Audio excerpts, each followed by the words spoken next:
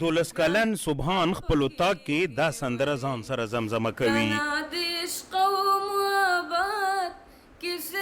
په دغه سندره کې د وطن او د هیواد د خلکو حالات ډیر په ښه توګه مطرح شوي.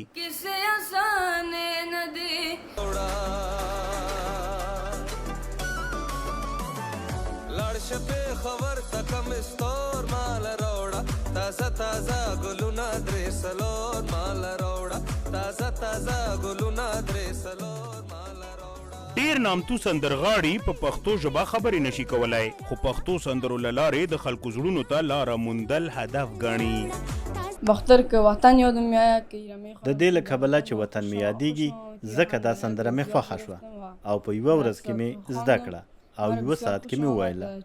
زما ډیره خوښه شوه ځکه مې وویل چې دلته باید پښتو سندره ووایم.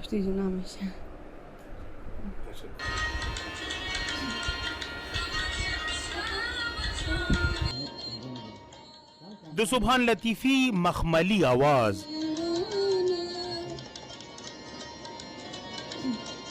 ښکلی انداز او ساده ساز کې دغې محلي سندرې نه وروسته ډیر شهرت ترلاسه کړو. نظیر لطیفی د سبحان پلار دی. د دوی ټوله کورنۍ افغانستان کې امنیت خرابېدو سره له هیواده کډوال شوي. طالبانو ډیر وکنه بیا ټول ټیو ته اختار ورکو چې تاسو مازدیګرې پورې چې دې ځای نه لار نه لري بیا ماښام سره چې ماښام وشي بیا تاسو سره کوو بیا مونږ وتښتېدو هغه په افغان نه د سبحان هم را سره وکنه خپل ګاډي کې راکېناستل وتښتېدو ما چې کوم بلا راته جوړ نه شي کوم هغه جوړ نه شي که نه مونږ وتښتېدو. پېښور کې مېشت کېدو وروسته یې هنر او موسیقي په بشپړه توګه ځنډېدلې.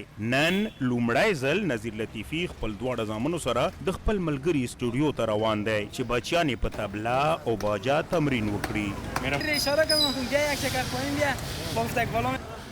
جاوید ثنا د مزار شریف اوسیدونکی دی. په قام ازبک دی او تیرو 2 کالو رئیسې پېښور صدر کې وریجې پلوروي. سبحان یې د وارې وپېژندو. دوی مې په یاد دي او له پخوا یې پېژنم. مخکې مې لیدلي دي. د دوی پروګرام مې تعقیبوه. اوس چې مې ولیده څېره یې راته ډېره اشنا معلومه شوه.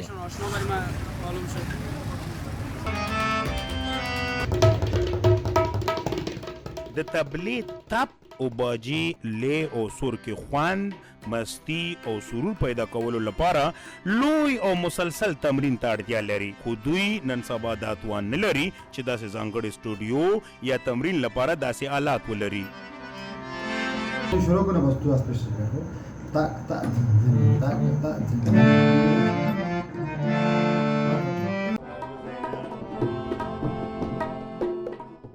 سهراب او سبحان ته موسیقي د مور او پلار دواړو کورنیو نه میراث کې پاتې ده.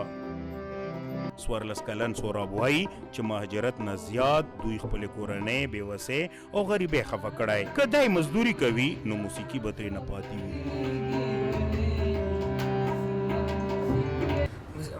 موسیقي چې له موږ سره نه وي داسې ده لکه چې د سړي له بدنه روح وځي. داسې فکر کوم چې په دې دنیا کې هیڅ نه یو، فکر مو بل لوري ته وي.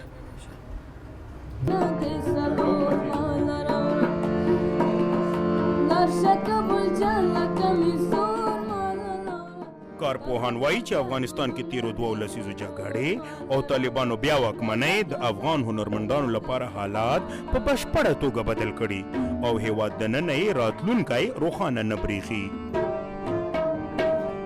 د دغو تنکو ځوانانو کورنۍ د تیرو 16 لسیزو څخه د خپلې موسیقۍ د لارې په خواږه او سندریز انداز خلک د ژوند د رڼاګانو، یووالي او سوله ییز ژوند ته هڅولي او د ژوند او وطن پالنې پیغامونه یې رسولي.